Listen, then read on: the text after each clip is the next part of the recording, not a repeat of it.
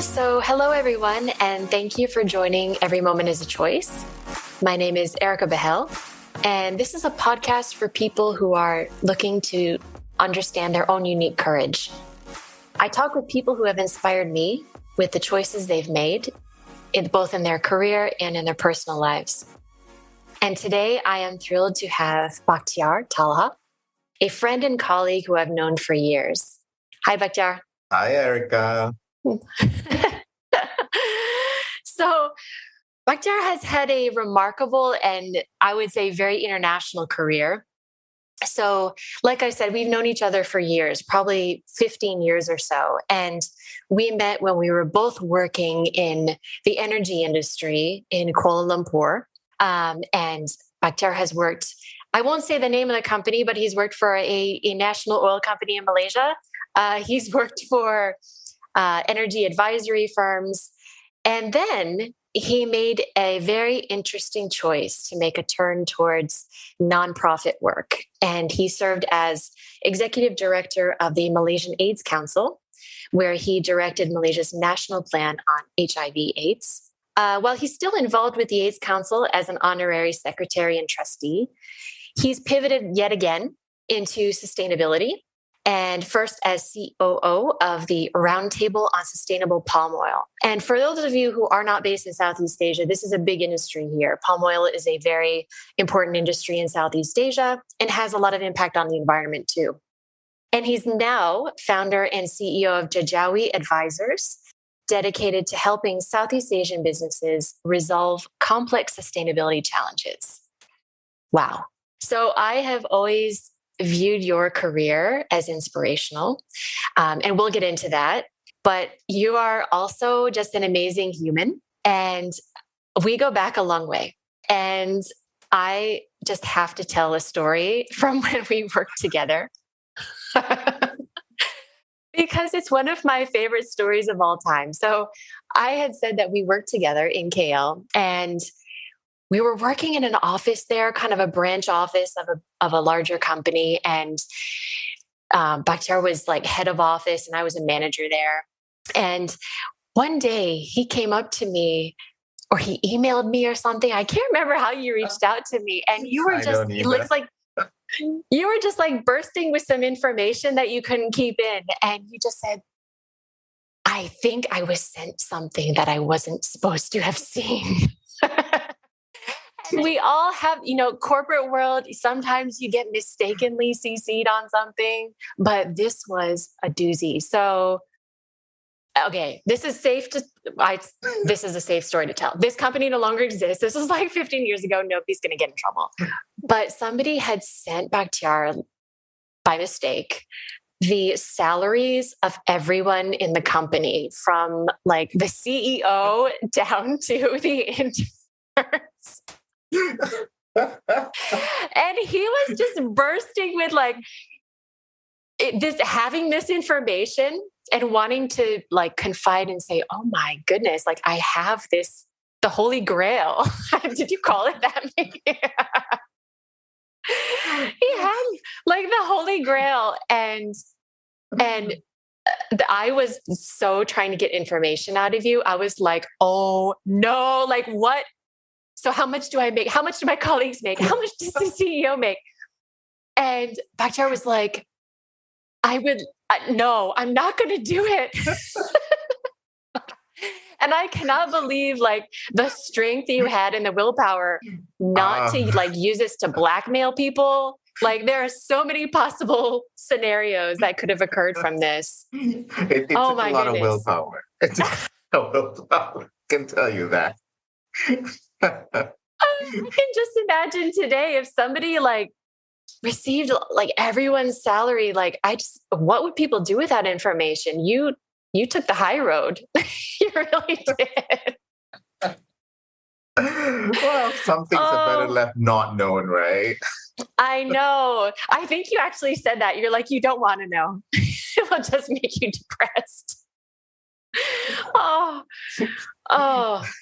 Okay. I need to calm down because we need to get into this. Okay.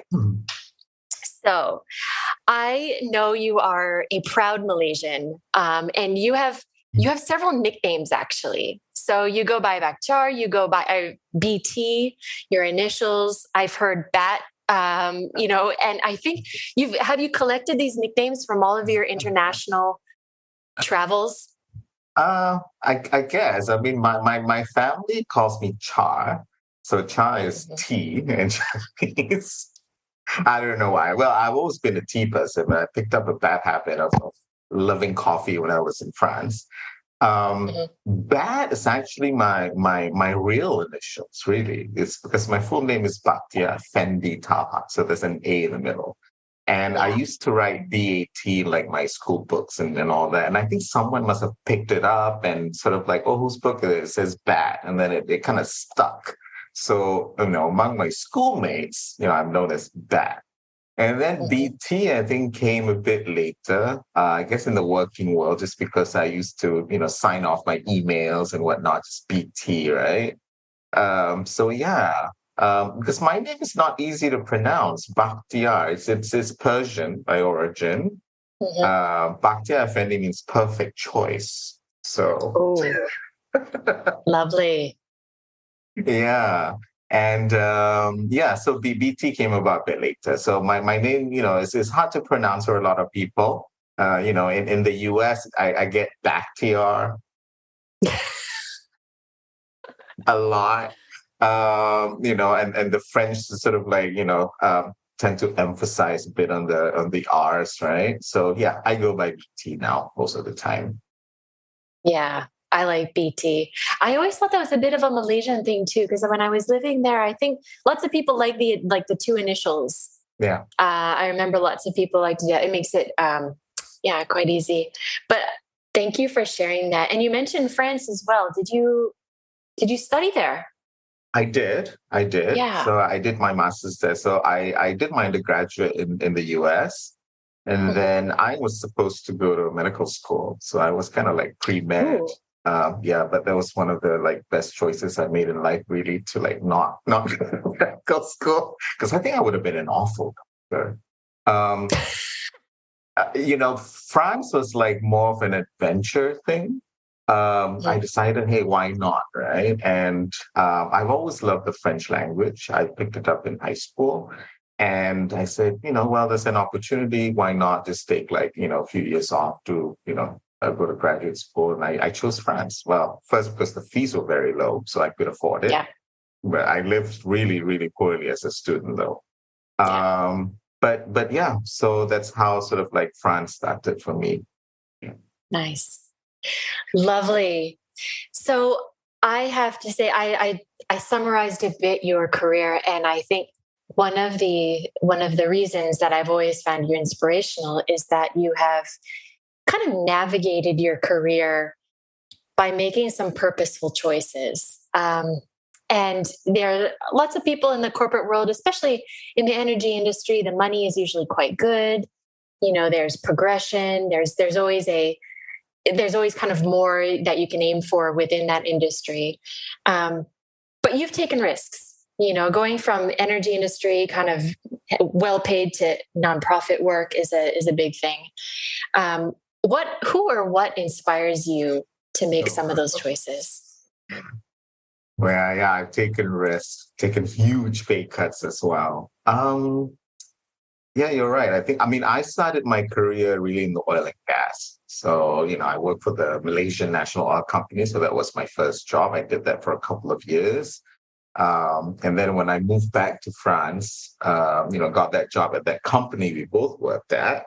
So I did that for a couple of years as well. And I think after some time, I just felt that there was, I don't know. So I don't want to say something missing, but I just wanted a change, I think. And I think, I'm the kind of person, I guess, who do a lot of sort of like self-reflection. Like, okay, am I still happy at this job? Am I still happy doing what I'm doing? And also because I like to do stuff outside of work. So, I think, volunteer work, it started as a, volunteer work. That time. And then the chairman of the foundation, of the AIDS Foundation then, who was also a personal friend, she was like, hey, we are, we're bracing ourselves to get this huge funding from the Global Fund, which is an international funding mechanism for HIV and AIDS around the world, and donors and all that. So, and we're talking about the millions of dollars, and it was to embark on this, very exciting program in Malaysia, needle exchange for drug users and all of that. So it had a lot of stakeholder management component involved, and my job back then, I think you know what my job was back then, right? So it's fossil fuels and consultancy and clients and bottom lines, and it was just something new. And I don't know. I guess I asked myself, it's now or never, right? I want to make that change, and yeah, I just took it. And I think it's a combination of, it was a field that I knew I would enjoy, and it had purpose. So I think that was very important to me as well. And I also looked at it as something that would actually, contribute to my own self growth, I think. And that's really important. But I took a huge pay cut. And that was tough. And I think and that was part of the self-reflection as well. So how much money do I need?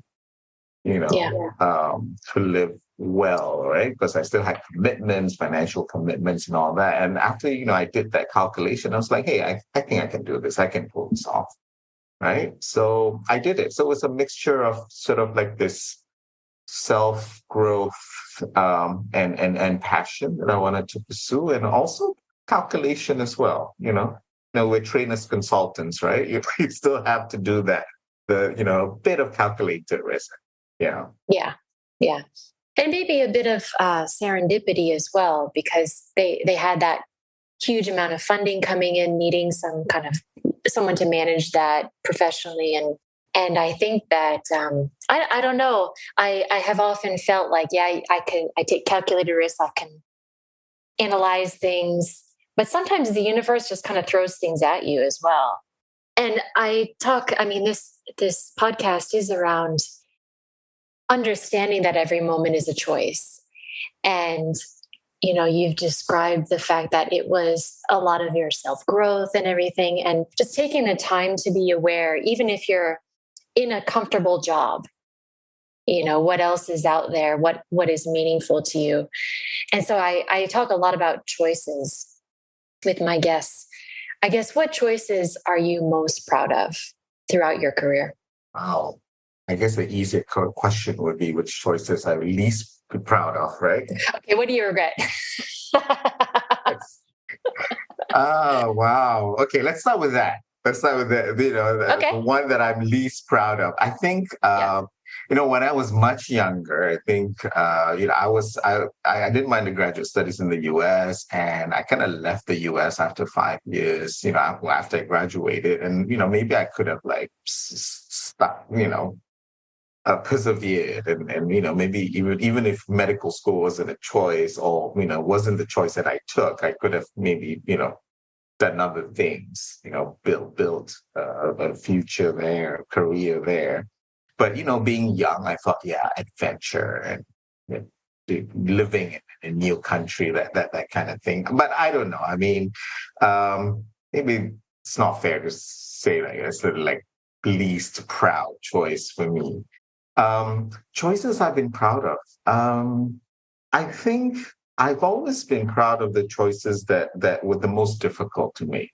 I think I was working for the national oil company in Malaysia, and after a few years, I thought, hey, this is not for me. I didn't know what the future held.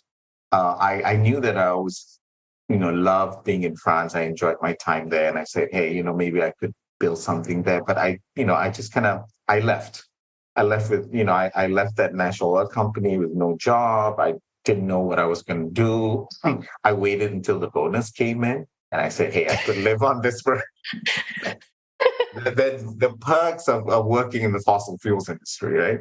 I just went. I just went without a job, and I was like, hey, try it out. Maybe the universe would somehow, open doors or tell me, but at that time, I guess when I was younger, it was more like, well, what's the worst that could happen, right? If I don't find anything and if it doesn't work out, I can always just come back. Um, but I was very proud of that choice because I think, again, like I said, I'm the kind of person who self-reflect a lot and sort of just knowing, well, I don't think I'm like that oil company kind of person. I mean, I could rise up through the ranks and, do all of that. And I respect those people who kind of just, stuck with it and really, but I know that I'm not that person, right? I could never be that person. So even early on, my younger days, I made that choice, and I think I was very proud of it. Just leaving everything behind and just see. I think that sense of adventure, right? And I'm always scared that as I grow older, I would lose that sense of adventure. Because as you have more commitments and it's harder. It's harder to do that.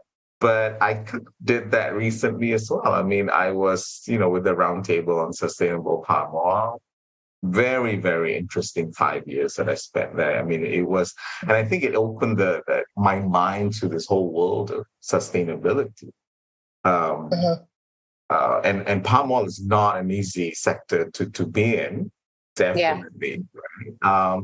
But then to be able to be in that space and learn so much, and when I left, I had a plan. I knew that, okay, I want to learn more about sustainability. This is really, I turned 50 this year, Erica. So I'm thinking, congrats. Big year. Another 10 years maybe of, productive, working age, right? And I said, so what am I going to do with the next 10 years, really? So that drove me to my next choice in a way, so I did my master's in sustainable development. I wanted to learn more than just, sustainable palm oil, right? And met a new set of people, learned new set of things. And I guess one thing led to another. And then, started this firm, Jejawi Advisors, where I said, hey, I can again work in this space that I thoroughly enjoyed and believe in.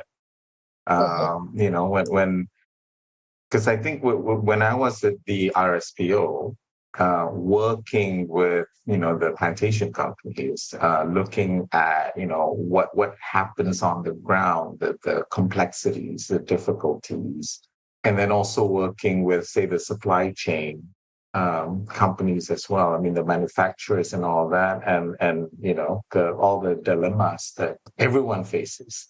But then finding solutions.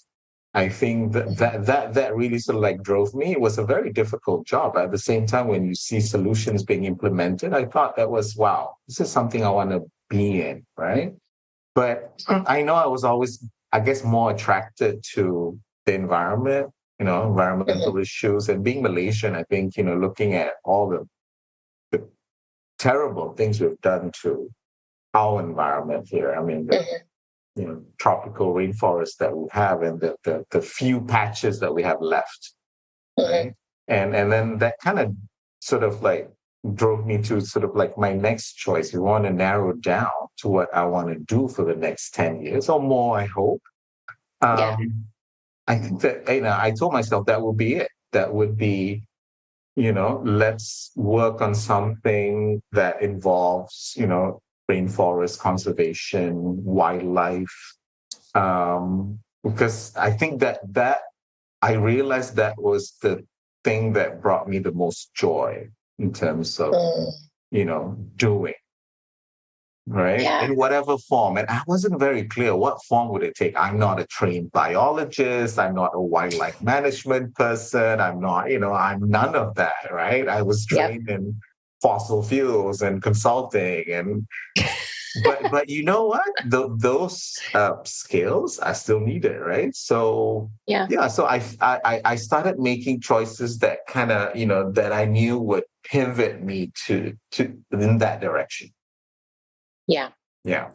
Yeah, if that makes And sense. it does make sense. I mean, making a choice to start your own business is huge Yeah. in any case, right? That's being a founder is huge. And I wanted to ask you, is Jejawi an acronym, or what does that mean? No, Why did you choose that? Jejawi is is the Malay name for a tree, Ficus microcarpa. So it's the Uh-huh. banyan tree. Okay. So Yep. there are different types of banyan. So like there's the Indian banyan, there's the Malayan banyan. So of course I chose the Malayan banyan, so Ficus microcarpa. And why?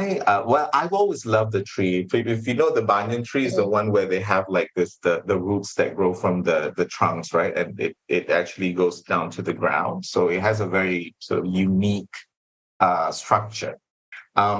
But also, so what I've learned when I was at the RSPO was that in many projects of reforestation in Southeast Asia, they would plant this tree, the Jejawi tree, because it sort of like stabilizes the soil. So it's a very hardy tree. It stabilizes the Yeah. soil. It's one of those pioneer species that you would plant in a reforestation project.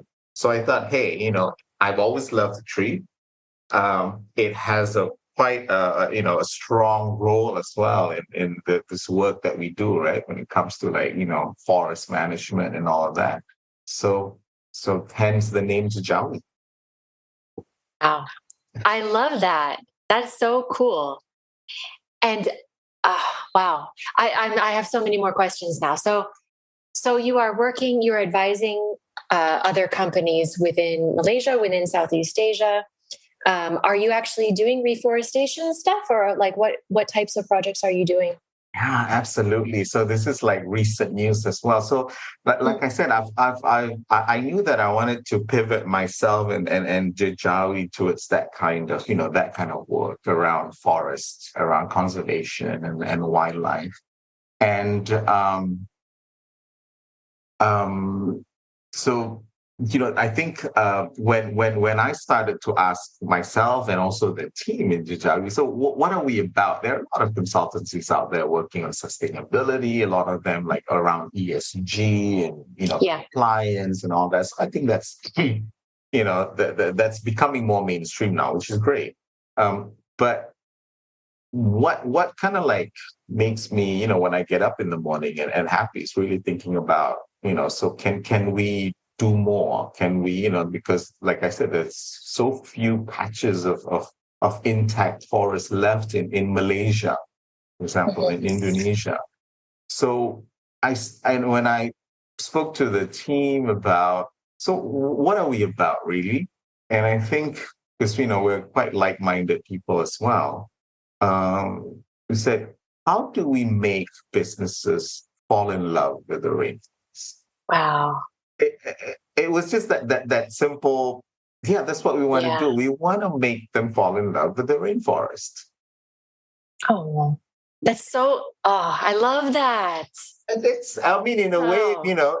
it could sound silly, right? But it's really that's what we're about. And so we choose our projects based on that really. So how do we, because ESG can be wide, right? So environmental, social, and governance, but we are also a team of people who have a passion for nature, especially for tropical rainforest, for biodiversity. But how do you link, business operations, the bottom line, to somehow, can we then conserve the rainforest linked to that? And you know Yeah. what? We can. Yeah. So, so one of the projects we're working on right now is in a state in Malaysia. So we've looked at, different types of mechanisms around green finance, and this is really an area I know very little about, Erica. So I had to like, again, reinvent myself and read books and listen to, uh, uh, it's really, I had to really learn all these new things, but it's so exciting. And I find that because it's also something that I love, and that I know I can leave a mark in it it doesn't become work anymore, really, because I could really dive into it and really love it. And, I think it wasn't something that I really found in my younger years, but I think as I grow older, I guess you know yourself better as well, right? Yeah, and it's really a space that I enjoy being in, and I really hope I can, sort of keep this feeling for many, many years. Yeah.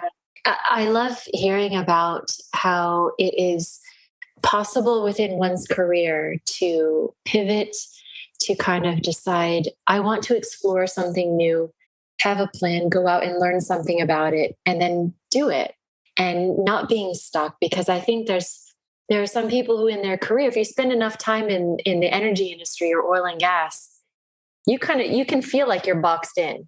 You can feel like this is all I know. How could I use these skills elsewhere? But there's always, like you said, there's always those skills that can transfer into some type of other. Everybody needs problem solving. Everybody needs people who can kind of come up with a solution and implement it. I mean, that's universal, right? That's right. That's right. And even in this project that I'm working on right now, because it does involve carbon credits from forest management and peatland and all that, right? So the biology side of things or the forest side of things, I'm not an expert in, but I also found that, hey, who's actually looking into offsetting, right? Oil companies. And you know what? I speak their language, and I find there's an ease to it. So I have people in my team who are the biologists, who are the carbon credit experts and whatnot. But where I come in, it's like, hey, actually, I can talk finance. I can talk about I Yeah. know the operations in an oil and gas company, right? So again, I don't think any of the skills from my past lives in vain or cannot be used again. It does. It comes up in it's just a different form, and I Yeah. love that. And I love that. Yeah. And I do cherish the experiences I've had in the past as well. Um, Never went to waste, really. I think it's more sort of an accumulation, and but you're right, it's the choices I make on how do I mold myself in a direction that I feel happier in, right? So Yeah. that's always a choice. And you know what, it's not always easy, and it's also trial and error. A lot of times I'm like, oh, I thought I was going to go in that direction and I made that choice. But, I think I'm also the kind of person who's like, well, mistakes, you learn from mistakes, makes you a better person. But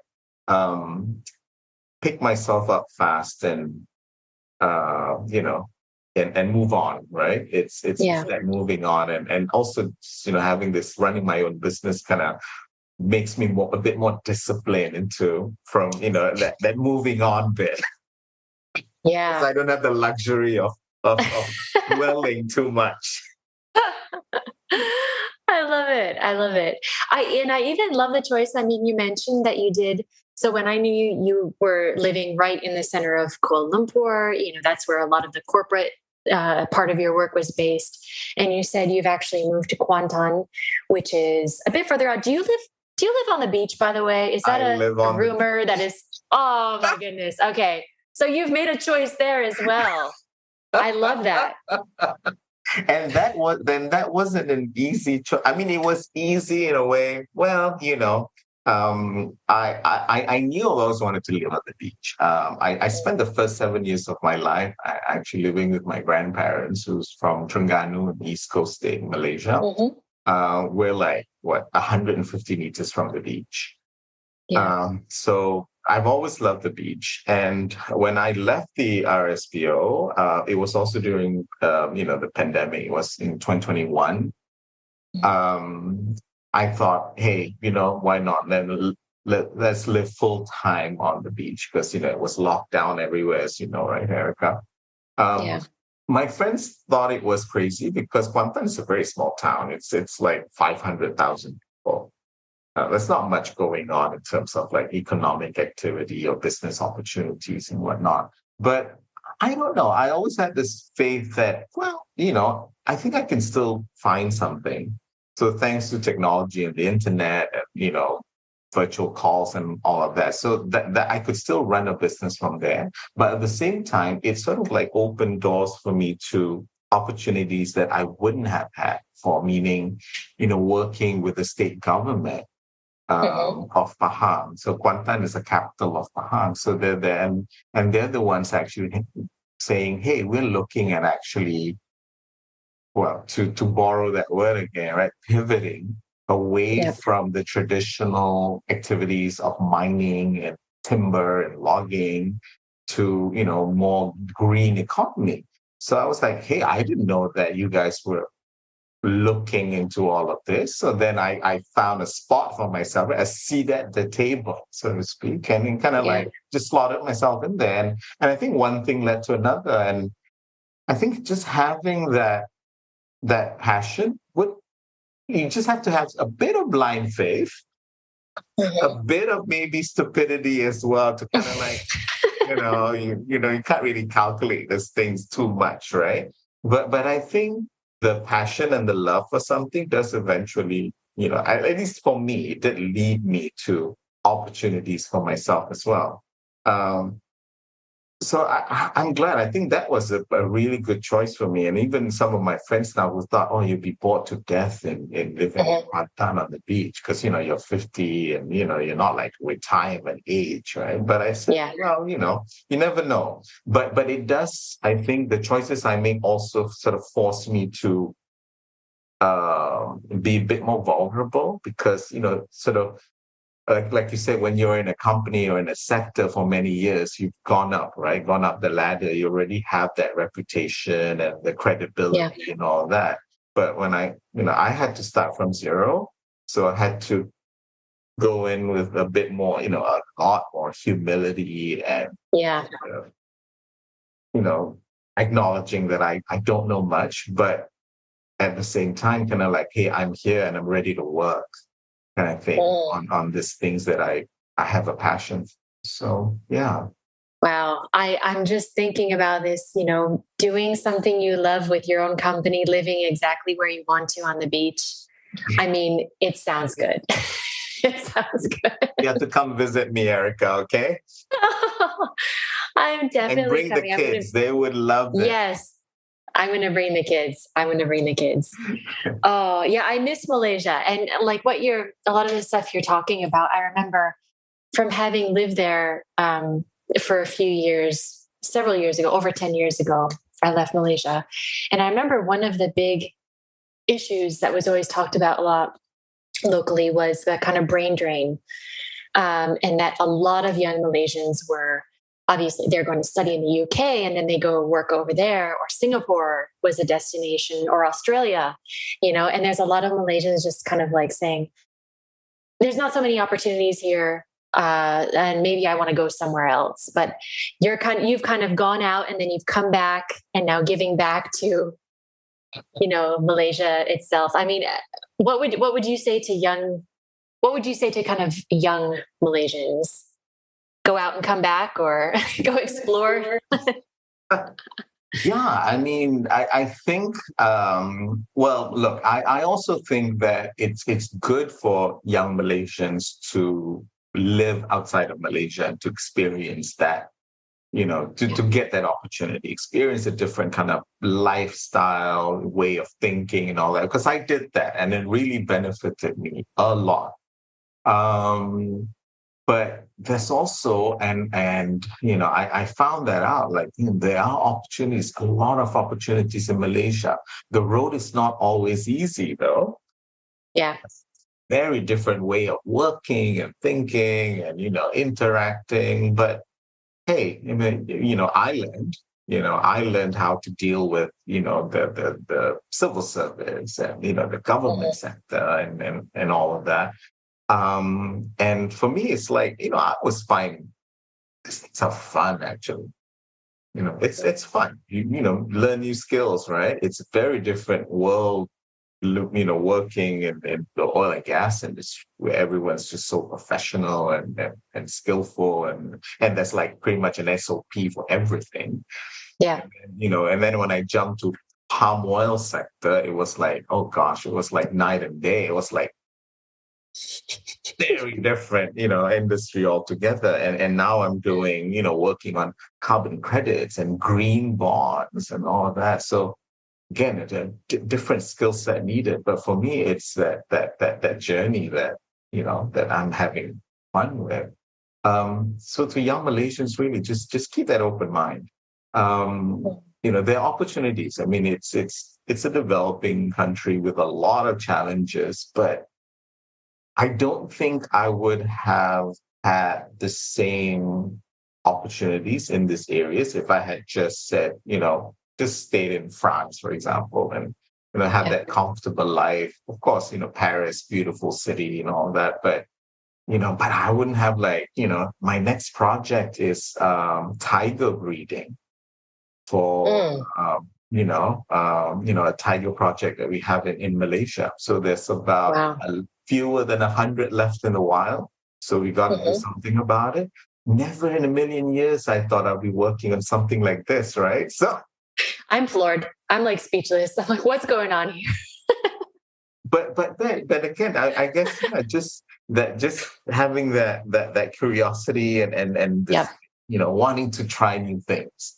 And Yeah. I'm very grateful, very thankful to Malaysia really for giving me these opportunities as well. Yeah. I think you really hit the nail on the head there, with curiosity, thinking I could pivot, I can learn something new if I'm passionate about it. Because then, of course, if you're passionate and you're curious, you come across as very authentic. And so people will want to work with you, right? On that. Wow, I love it. It's so fascinating. So is there any particular, we talked about, for young Malaysians to go out, see places outside, as well, to kind of round themselves out. Is there any other specific advice you would give to people, especially if they're feeling kind of stuck in their career, or any little kind of tips or tools that you would recommend for them?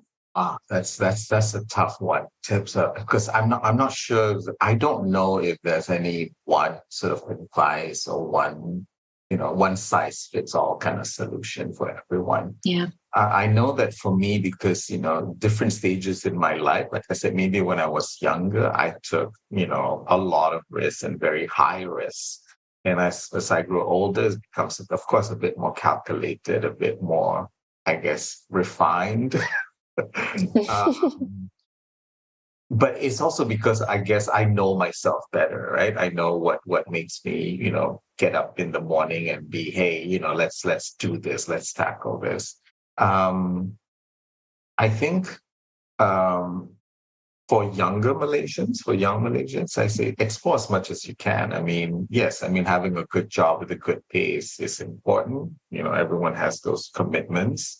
Um, but don't limit yourself to just one space. I think that was probably one of the best decisions I made when I was younger. Kind of like, get involved, right? In Yeah. whatever you think, you'd be happy in. I mean, the job is a job, but, you also have the weekends and the evenings where you can do other things as well. And that's what I did, volunteer work, just helping out with just, things, sometimes just helping out friends in their businesses. So that kind of allowed me also to learn about things. And these people still continue to inspire me. The ones that I met from like 30 years ago, who, I've had friends who left, oil and gas and just started an outdoor activity kind of business. And now he's still Yeah. at it. And, now they have like 7 branches, right, all around Malaysia. Wow. Okay. So, I found inspiration in, I guess, the most unassuming and the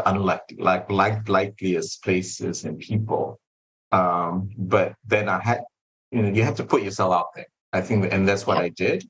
But also, I'm the kind of person. I think you know me, Erica, right? I mean, I was very dedicated to my job. But at the same time, I know I needed to have other things outside of work to make me happy. So that Yeah. would be my advice, really. And, hopefully, you don't just do it in your 20s, but also when you're in your 50s. Now, right? Still do other things. Yes. Yeah, absolutely. Lovely. So, okay, last question. Um, and I haven't mentioned this to you, but what would you like your legacy to be? What would you like people to remember you for? Wow. Legacy. This is a tough one. Um, I think honest, just that I lived my life the way I wanted to be. Mm-hmm. Um, when I think about, again, I guess going back to sustainability and the environment and forest conservation, all that, I thought, at least in the last couple of years, I thought, hey, that would be my legacy, like that last leg of my career, right? This last 10 years. And I thought, Yeah. okay, if anything, I want it to be that. But I guess, my career spanned more than, that, right? Spans, I guess, 3 decades, or will be 3 decades. Yeah, I think that having done different things, but just being honest and true to my passion and my loves, really. Yeah. Different areas, I mean, I love the energy industry as well. I learned a lot. I think I owe it a lot. I think we're privileged to be in that industry where, there are a lot of resources and, you could really grow and train yourself and upgrade yourself and all of that. But at the same time, I think, being true to myself in terms of chasing the other parts, right? Mm-hmm. Public health, social work, and now sustainability, conservation. Yeah. And, if, when I talk to my daughter, I said, you know, just know what you want and what makes you happy and go for it and things will fall in place. Don't worry too much about the money and the recognition and all of that. It's I think that I would like that to be my legacy, just being true to yourself. Yeah. It's a lovely legacy. It's a lovely one. Thank you so much. And I'll include links. I would like people to be able to reach out to you. You're on LinkedIn, and Jejawi Advisors. We'll include a link to that too. How is it best to contact you? Are you guys on LinkedIn? Or you guys have your own website? Yeah, so we have a website, Jejawi-advisors.com, and we're also on LinkedIn. So I think if you just search for Jejawi, you'll get to our page. Yeah. Perfect, because I know more people will want to work with you once they've heard more of your story as well. Great. So I just want to conclude here, in every moment we have a choice. And I hope you enjoyed our discussion today. Thanks so much to my friend Bakhtiar for sharing your story today. And it's been amazing. Thank you. Thank you, Erica, for having me. Perfect.